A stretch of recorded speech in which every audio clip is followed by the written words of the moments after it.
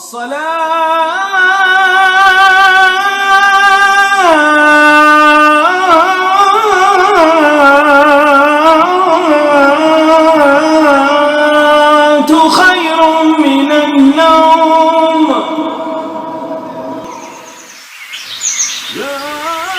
নানু ভাই, আমার জীবনে সাতটান্না স্বপ্ন আজ সফল হয়েছে। সাতটান্না স্বপ্ন চোখে নিয়ে এক ঝাঁক শিক্ষার্থীর পদভারে মুখরিত হবে এই ক্যাম্পাস। এরাই একদিন মানুষের মতো মানুষ হবে, নিজেদের অন্য উচ্চতায় নিয়ে যাবে। তারা সুশিক্ষায় শিক্ষিত হলে আমার প্রচেষ্টা সার্থক হবে। ব্যক্তিগত জীবনে আমার প্রত্যাশা এইটুকুই। জীবন যখন শুকায় যায় করুণা ধারায় এসো, সকল মাধুরী লুকায় যায় গীত সুধারসে এসো। জীবন যখন শুকায় যায় করুণা ধারায় এসো। জানো অন্তু, আমার সমস্ত আবেগ মানিকগঞ্জের মানুষকে ঘিরে। তাই রাজধানীর অভিজাত এলাকা ছেড়ে আমি বসত গড়েছি সোদা মাটির গন্ধ জুড়ে থাকা আমার প্রাণের মানিকগঞ্জে। আমি আমার ঝলমলে পৃথিবী ছেড়ে চলে এসেছি এ মাটির কাছাকাছি। আমার অন্য কোনো দায় ছিল না, অন্য কোনো মোহ ছিল না। আমার সমস্ত টান এবং মমত্ববোধ মানিকগঞ্জের মাটি ও মানুষ। আমি তাদের কাছে প্রতিশ্রুতিবদ্ধ, সমগ্র জীবন মানিকগঞ্জেই থাকব। আমি চিরতরে চলে যাওয়ার পর আমার কবরটা যেন এই মাটিতেই হয়। আমার আয়ু ফুরোবার পর মানিকগঞ্জের এই মাটিতেই শেষ ঘুম ঘুমাতে চাই। মুন্ডু সিটির জামে মসজিদের আজান যেন আমি শুনতে পাই 5 ওয়াক্ত। মসজিদের পাশে আমার কবর দিও ভাই, মসজিদের পাশে আমার কবর দিও ভাই। জানো করে থেকেও মুয়াজ্জিনের আজান শুনতে পাই, জানো করে থেকেও মুয়াজ্জিনের আজান শুনতে পাই। মসজিদের পাশে আমার কবর দিও ভাই। বুঝলে নানু ভাই, যে জীবনে ফেলে এসেছি রঙিন ক্যানভাসে, পিছনে তাকাতেই ধূসর মনে হয়। এখন ভালোই আছি জীবন ঘেঁষে, সংশয় আর দ্বিধার বালাই নেই, অতৃপ্তির হাপিত্যেশ নেই, দীর্ঘশ্বাসের সুযোগ নেই। সৃষ্টিকর্তা আমাকে যতখানি দিয়েছেন তা তো কম নয় কোনোভাবেই। যা পেয়েছি তার চেয়ে অনেক বেশি। নিজেকে বিনির্মাণের লক্ষ্যে পড়ালেখায় নিরবিচ্ছিন্ন থেকেছি, তিলে তিলে গড়ে তুলেছি আপন পৃথিবী। ব্যবসা, রাজনৈতিক জীবন সহ ব্যক্তি জীবনে শতভাগ সৎ থাকার চেষ্টা করেছি। অদম্য ইচ্ছে, আত্মবিশ্বাস আর কঠোর পরিশ্রমের ফলেই সবকিছুই সম্ভব হয়েছে। আচ্ছা নানু ভাই, তোমার প্রিয় গান কোনটি? আমার পছন্দের একটা গান হলো কবি সুকান্ত ভট্টাচার্যের লেখা রানার ছুটেছে তাই ঝুমঝুম ঘন্টা বাজছে রাতে। রানার ছুটেছে তাই ঝুমঝুম ঘন্টা বাজছে রাতে, রানার চলেছে খবরের বোঝা হাতে, রানার রানার চলেছে রানার। রাত্রির পথে পথে চলে, কোনো নিষেধ জানে না মানার। দিগন্ত থেকে দিগন্তে ছোটে রানার, রানার কাজ নিয়েছে সে নতুন খবর। রানার রানার রানার ছুটেছে তাই ঝুম ঝুম ঘন্টা বাজছে রাতে। রানার চলেছে খবরের বোঝা হাতে, রানার রানার চলেছে রানার। আমার জীবন গড়ে ওঠার আতুর ঘর গ্রামের সেই স্বপ্নের পাঠশালায়। 1942 সালে একটা ছোট্ট পিঁড়ির উপর বসে শিক্ষা জীবন শুরু করেছিলাম। প্রাথমিক শিক্ষার শুরুটা ইব্রাহিমপুরের ঈশ্বরচন্দ্র বহুমুখী উচ্চ বিদ্যালয়। এখানে মেধাবী ছাত্র হিসাবে ফার্স্ট বেঞ্চটি ছিল আমার জন্য বরাদ্দ। জানো নানু ভাই, এক সময় কালীগঙ্গা, ধলেশ্বরী, বুড়িগঙ্গা এসব নদীতে স্টিমার চলতো সারা বছর। আর আমার প্রিয় প্রমত্ত পদ্মার কথা কি বলবো, কত যে রূপের ঝিলিক সেই চিকচিক জলের শরীর, রূপলি ইলিশে ভরা সেই পদ্মা, সেই পদ্মা আর নেই। পদ্মা নদীর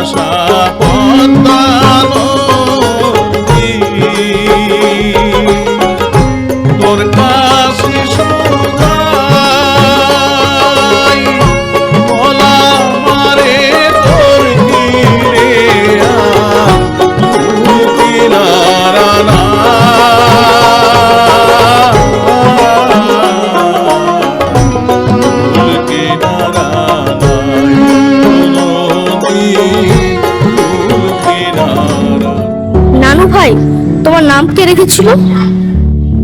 1933 সালের 17ই আগস্ট সুবে সাদেকের সময় আমার জন্ম। আমার শ্রদ্ধেয় বড় চাচা টিটু খান আমার নাম রেখেছিল।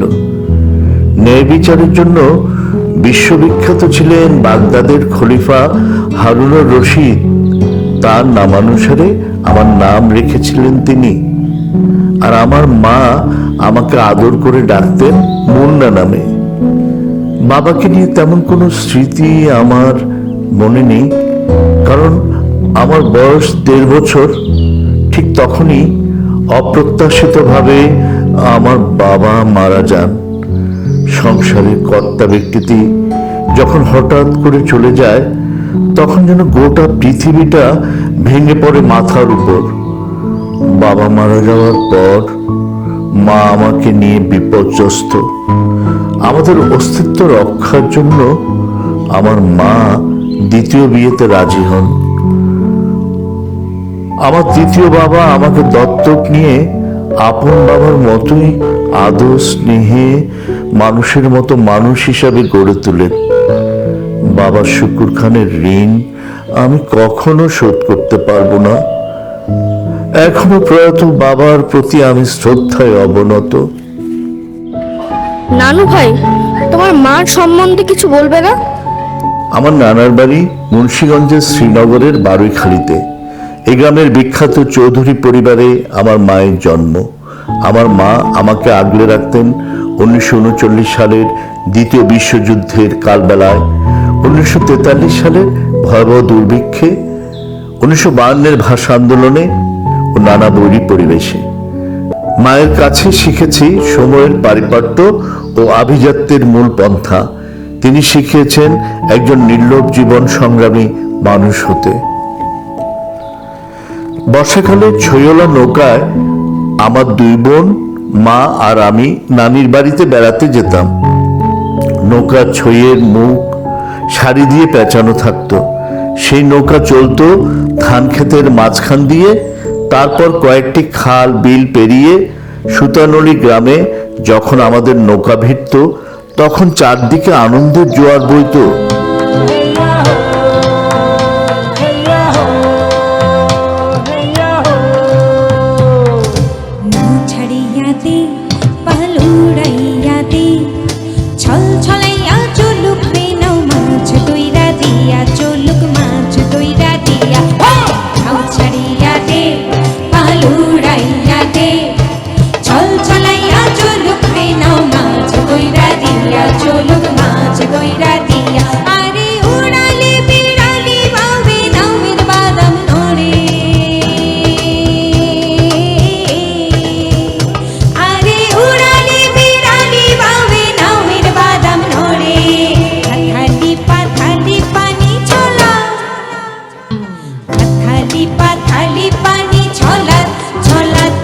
আজ আমার প্রভাব প্রতিপত্তি যা কিছুই থাকুক না কেন, মূলত আমার সবেধন নীলমণি আমার দুই কন্যাই।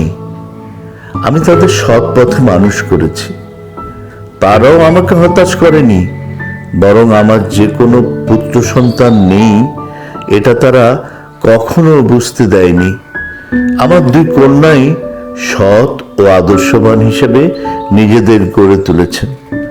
আমার বড় মেয়ে আফরোজা খান রীতা, ওর স্বামীর নাম মইনুল ইসলাম। আমার বড় মেয়ে রীতা এসএসসিতে 1978 সালে ঢাকা বোর্ড থেকে বাণিজ্য বিভাগে প্রথম বিভাগ পেয়েছে। এইচএসসিতে 1980 সালে ঢাকা বোর্ড থেকে সম্মিলিত মেধা তালিকায় বাণিজ্য বিভাগে 8ম স্থান অধিকার করেছে। পরে ঢাকা বিশ্ববিদ্যালয়ের হিসাব বিজ্ঞান বিভাগ থেকে কৃতিত্বের সাথে অনার্স ও মাস্টার্স সম্পন্ন করে। ব্যক্তি হিসেবে সে খুবই সহজ সরল ও বিনয়ী, তার মধ্যে কোনো দাম্ভিকতা নেই। ধর্মীয় শিক্ষা থেকে সামাজিক শিক্ষা, মূল্যবোধ সর্বত্রই সে খুব অনুগত ও নীতিমান। আমার রীতামা একজন দক্ষ ব্যবসায়ী ও জনপ্রিয় একজন রন্ধনশিল্পী। আমার ছোট মেয়ে ফিরোজা খান পারভিন, তার স্বামী মাহমুদুর রহমান আমার বড় মেয়ের মতোই মেধাবী। পারভিন এসএসসিতে 1978 সালে ঢাকা বোর্ডের বাণিজ্য বিভাগে প্রথম বিভাগ, এইচএসসিতে 1980 সালে ঢাকা বোর্ডে বাণিজ্য বিভাগে প্রথম বিভাগ, এমকম ঢাকা বিশ্ববিদ্যালয়ে ফিনান্স ডিপার্টমেন্টে প্রথম বিভাগে কৃতিত্বের সাথে অনার্স ও মাস্টার্স সম্পন্ন করেছে।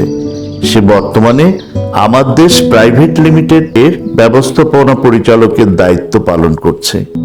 আমার সন্তানদের বিলাসবহুল জীবন উপহার দিতে পারতাম, এমনকি তারাও চাইলে সেটা হতে পারত, কিন্তু সেই সব প্রথার বাইরে এসে আমার সন্তানরা নিজেদের গড়ে তুলেছে ব্যক্তি মানুষ হিসাবে, ভালো মানুষ হিসাবে। বাবা হিসাবে এর চেয়ে বেশি কিছু চাওয়ার আর থাকে না। শুষ্ক হৃদয়ে আছে দাঁড়ায় ঊর্ধ্বমুখে নরনারী, বরিশধরা মাঝে শান্তির বাড়ি, বরিশধরা মাঝে শান্তির বাড়ি। আচ্ছা নানু ভাই, তোমার বিয়ে নানুমণি সম্পর্কে তো তুমি কিছুই বললে না। তোমার নানুমণি আমার প্রিয়তমা স্ত্রী হুরুন নাহার, আমার কাছে সে সত্যি একজন হুরপরি। খানহাটিতে বেড়াতে গিয়ে প্রথমে আমার মা প্রিয়তমা হুরুন নাহারকে পছন্দ করে, পরে আমিও সম্মতি দেই। শ্বশুরবাড়ির সবাই আমাকে ভীষণ পছন্দ করে। অবশেষে 1955 সালের 3রা আগস্ট আমরা বিবাহ বন্ধনে আবদ্ধ হই। আমার তখন কত 23 বছর বয়স, আর তোমার নানির বয়স মাত্র 13 বছর। আমার নামের সাথে তার মিল দেখে আমি না অবাক হয়ে যাই। আমার স্ত্রী খুব মার্জিত রুচির অধিকারী এবং খুবই স্নিগ্ধ স্বভাবের একজন মানুষ। তার নির্লোভ স্বভাবটা আমাকে সারা জীবন মুগ্ধ করেছে। তার সেই মার্জিত রুচি আর পরিপাটি ভাব আমার সংসারকে করেছে আলোকিত সুখের ভেলার মতো। বৈষয়িক সংকীর্ণতা থেকে ঊর্ধ্বে যে কোনো পরিবেশে নিজেকে মানিয়ে চলার অনন্য চরিত্রটা তাকে করেছে এক মহিষী নারী রূপে। সেই ছোটবেলায় আমার মা আমাকে নানা নিয়ম শৃঙ্খলার মধ্যে গড়ে তুলেছেন। সামাজিক জীবনের কাঙ্ক্ষিত মূল্যবোধ, নিষ্ঠা, একাগ্রতার ছকে তৈরি করেছেন আমার গর্ভধারিণী মা। আর বিয়ের পর সংসার যাত্রায় পরিপূর্ণ শৃঙ্খলাবোধ, ধৈর্য, দায়িত্ববোধ, সুখী জীবনের নিপুণ কৌশল রপ্ত করেছি আমার এই প্রিয়তমা স্ত্রীর কাছ থেকে। তার অসম্ভব সচেতনতা, বিচক্ষণতা, দূরদর্শিতা আমার সামাজিক, ব্যবসায়িক ও রাজনৈতিক জীবনে আমাকে আকাশচুম্বী সাফল্যের গল্প রচিত করতে সম্ভব হয়েছে।